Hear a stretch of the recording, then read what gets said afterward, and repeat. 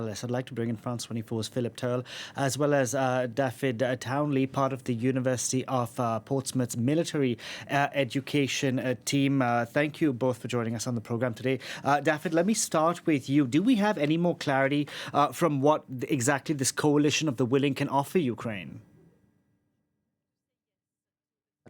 And look, there's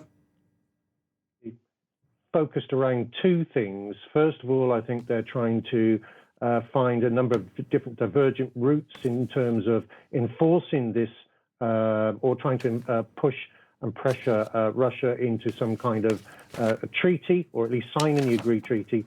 But secondly, I think they're also then trying to find different ways in which they can assure Ukraine of its security once that treaty comes in place.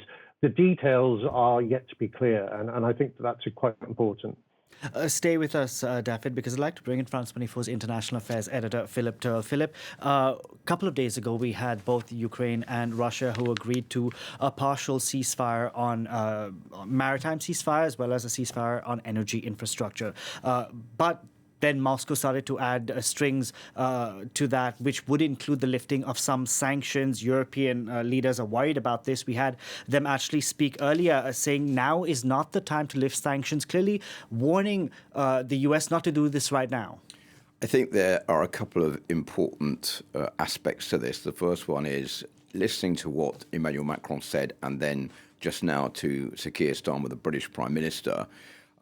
You can detect there is a certain amount of doubt in what the US is going to do next. Sir Keir Starmer saying President Trump definitely wants a peace deal with the Russians. He's been working towards that. But Emmanuel Macron saying we can only decide on what depends on us. We are not going to have to depend on the United States because we're not sure where that is going to go and what our relationship is going to be with the United States in the future. We can't say that if the US doesn't join us, there won't be any peace. We have to work towards that independently. So I think there is a unanimous agreement amongst the Europeans that there can be no lifting of sanctions. If there's going to be any pressure on the Russians, it's going to have to come from sanctions, because if it doesn't, then what the Europeans are trying to do to create this force here, this coalition of the willing, will more or less be dead in the water, because the Russians are already warning that they're never going to accept that a force be deployed in Ukraine, because it will be tantamount to being NATO, and saying this could put Russia on a crash course directly with NATO if those forces are deployed there. One of the only levers that the European Union and the Europeans in general have right now is to say, well, we're going to keep those sanctions going, and it is not the time right now, despite the calls by Vladimir Putin and the Russian leadership, for those sanctions to be lifted. Dafydd Townley, we have both Ukraine and Russia who have agreed to this ceasefire, maritime ceasefire and ceasefire on energy infrastructure. However, both sides seem to be blaming each other of violating the ceasefire, so we don't know if it's in effect. If it is in effect, who is monitoring it? Well, this is one of the issues that we currently have in the region, is that we have this war of disinformation between both sides to a certain extent. It's not just Russia that is trying to play this campaign out in the social media and in the press and around the globe. They're both trying to gain international support. And I think Philip is quite right in respect that, the only pressure that Europe has in terms of supporting Ukraine is through economic sanctions. Trump is very much supportive of a treaty, but what sort of treaty? Now, we do know, it has been mentioned, that Russia are determined that any sort of economic sanctions towards their energy supply are lifted as part of the peace agreement or the ceasefire agreement over the Black Sea. I think that would be a significant mistake on Europe's part if they were to in any way endorse that. And I think, as Philip said, this is as much a message for the United States as it is for Ukraine and for Russia. It seems, Dafydd, that the US doesn't want to get bogged down in Ukraine. We, in fact, have a shift that's been happening for the past few years to the Asia Pacific. Today, we have the US Secretary of Defense, Pete Hegseth, who's actually in the Philippines. The US genuinely from what Steve Witkoff says, believes that Vladimir Putin wants to have a peace in Ukraine. So what happens if the U.S. starts to really scale back its military aid to Kyiv, stop sharing intelligence? Can Europe really fill that void? Well, we saw with the should we say the pause in intelligence sharing that the United States had quite recently, that it did have some impact on Ukraine's ability to continue its incursion into Russia, and that was obviously quite catastrophic in terms of a negotiating position. Can Europe, can it completely substitute the support that the United States provides?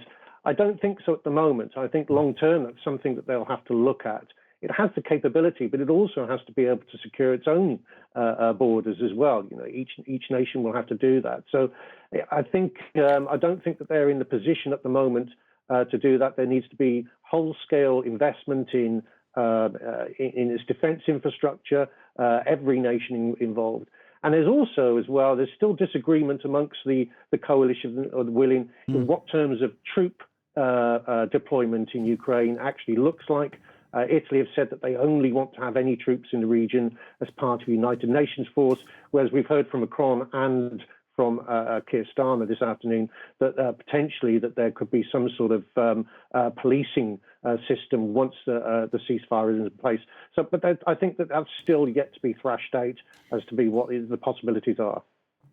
Philip, do you think that the United States and Europe will start playing ball together when it comes to bringing the war in Ukraine to an end? Because when it comes to this coalition of the willing, the U.S. president has been kind of cold on it. Well, there are several unanswered questions, I think, even after these talks today in Paris, as far as this coalition of the willing is concerned. The first one is obviously Russia's refusal to let the coalition forces deploy in Ukraine. As I was just saying, that this would lead to direct clashes between them and NATO countries, basically, because that's what they'd be deemed as being from. Exactly. Second one is who is going to command the mission, which we were just talking about, and what will the mission be? What will they do on the ground? What will happen if the Russians do open fire on them? Will they be able to fire back? Will they be looking after protecting power installations? Which part of Ukraine will they be deployed in? That still needs to be clarified.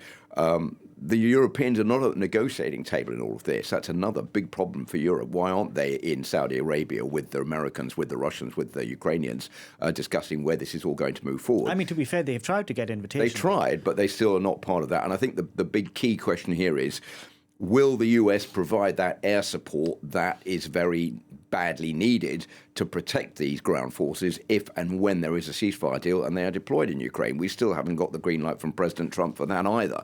So a lot of moving forward about this is what the force is going to look like. This is how we're working to create the force. This is the message. These are the messages coming out from Paris this afternoon from Emmanuel Macron on one side, Keir Starmer on the other. But the underlying questions, we still don't have the answers from either President Trump and above all from Vladimir Putin about whether he's actually willing to come to the negotiating table in the long run to reach some kind of peace deal. Dafydd Townley, can any of this work without U.S. Air power? It's difficult. It's difficult to see it working without US support at all, air power or not. I think that what happens is if who enforces the ceasefire, who is there to hold any perpetrators, if you want to put it that way, to account. I think that would only be possible if the United States is involved. Sorry, yes, go on. I was just going to jump in there because we, of course, talk about this being a peacekeeping mission. But recently, in the past 24 hours or so, the language has changed. Ukraine says the peacekeepers need to be able to engage in combat. This is clearly language that Russia is not going to accept. No, absolutely. But even if it was to get through the United Nations Security Council, for example, and be a peacekeeping force, there would be rules of engagement for that peacekeeping force in which it could be willing to defend itself and to maintain that peace. But you're absolutely right.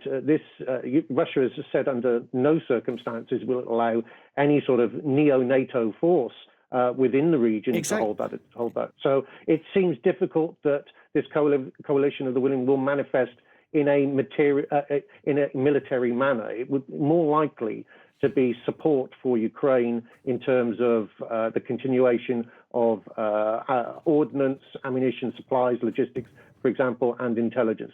That is probably the military way that will be accepted by Russia, although probably not what Ukraine wants. I don't mean to be naive here, but has no one suggested a UN peacekeeping force?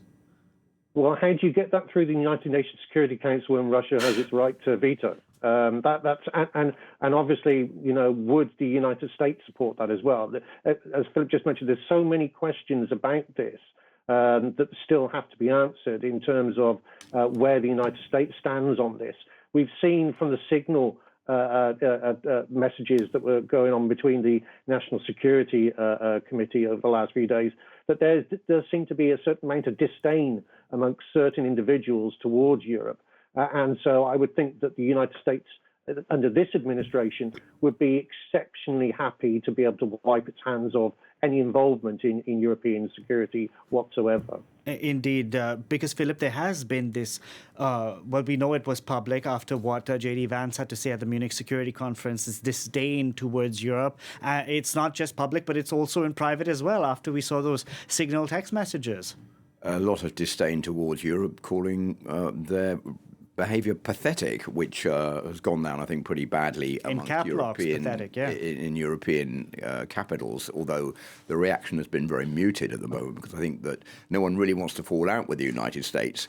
The problem here is, I think, that what we've seen today in these talks is the fact that from Volodymyr Zelensky, from Emmanuel Macron, from Keir Starmer, the three we've heard from this afternoon, they all agree that Russia is not playing ball. They all say that Russia is not a country that you can negotiate and trust when it comes to wanting to move forward to sign a ceasefire agreement. Filibustering was the term used by Keir Starmer, saying they're not taking this seriously. On the other hand, you have the United States, where Donald Trump is trying to push this peace deal, moving towards Russia, trying to open the door to Russia, to make Russia bring it back on board, to make it a partner with the United States, which is, I think, an anathema to most heads of state in Europe. So there's also a division there. And I think the other question that we don't know the answer to right now is what is going to happen when Donald Trump realizes that Russia doesn't want to play ball and Russia doesn't really want a ceasefire deal. Russia doesn't want a peace agreement. What Russia wants to do is to kick all this into the long grass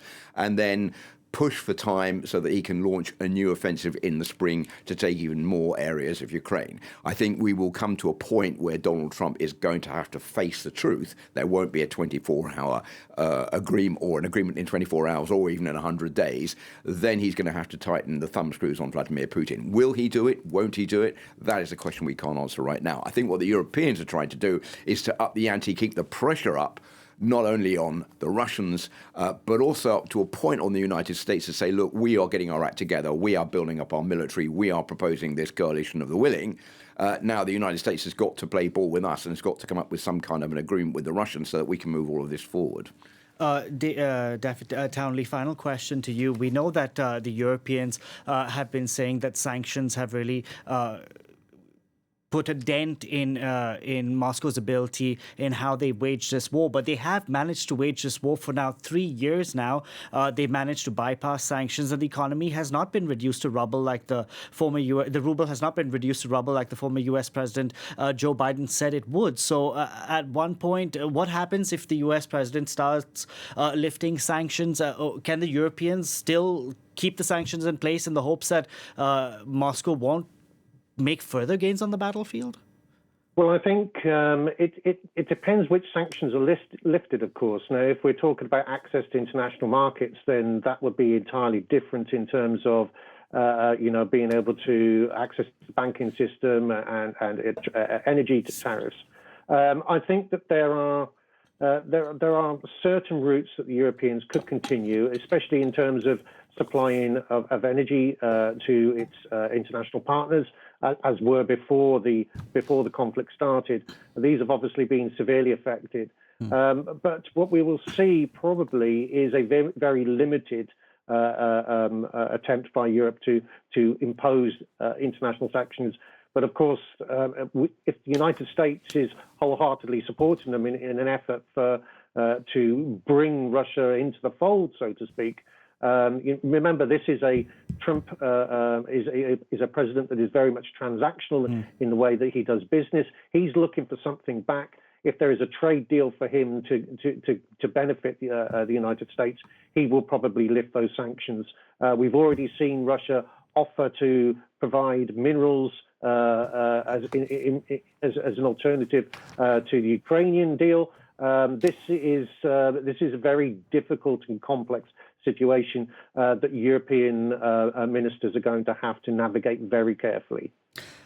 Dafydd Townley, thank you very much for joining us on the program, as well as France 24's Philip Turl. We will be bringing you Vladimir Zelensky's speech in the aftermath of that Coalition of the Willing summit wrapping up here in Paris. Stay tuned.